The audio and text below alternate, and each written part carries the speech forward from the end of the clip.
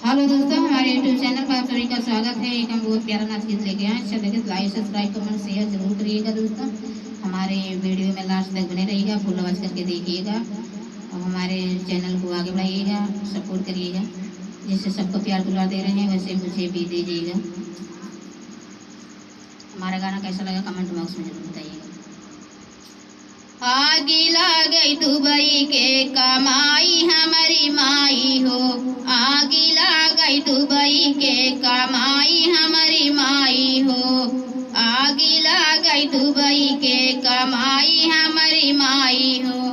सैया मोर चरावत है बकरिया हमारी माई हो, सैया मोर चरावत है बकरिया हमारी माई हो।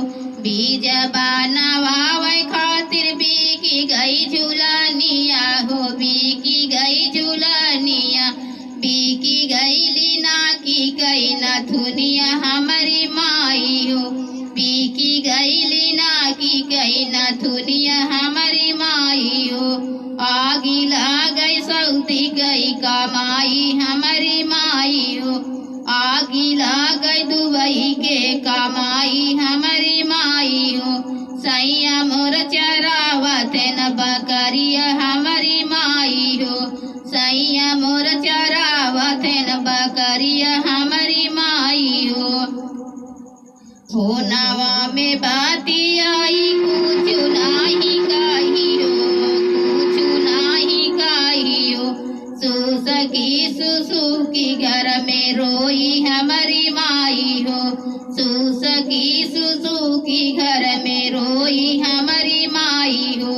आगी गई दुबई गई कमाई हमारी माई हो, सैया मोर चरावत न बकरिया हमारी माई हो, सैया मोर चरावत न बकरिया हमारी माई हो।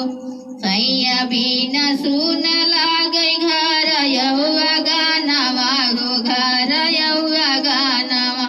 सैया के तुले तू बालवाई हमारी माई हो, सैया के तुले तू बालवाई हमारी माई हो।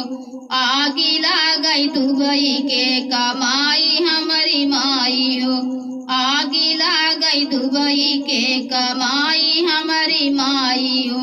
सैया मोर चरावत न बकरिया हमारी माई हो। हेलो दोस्तों, हमारे गाना कैसे लगा कमेंट बॉक्स में जरूर बताइएगा दोस्तों।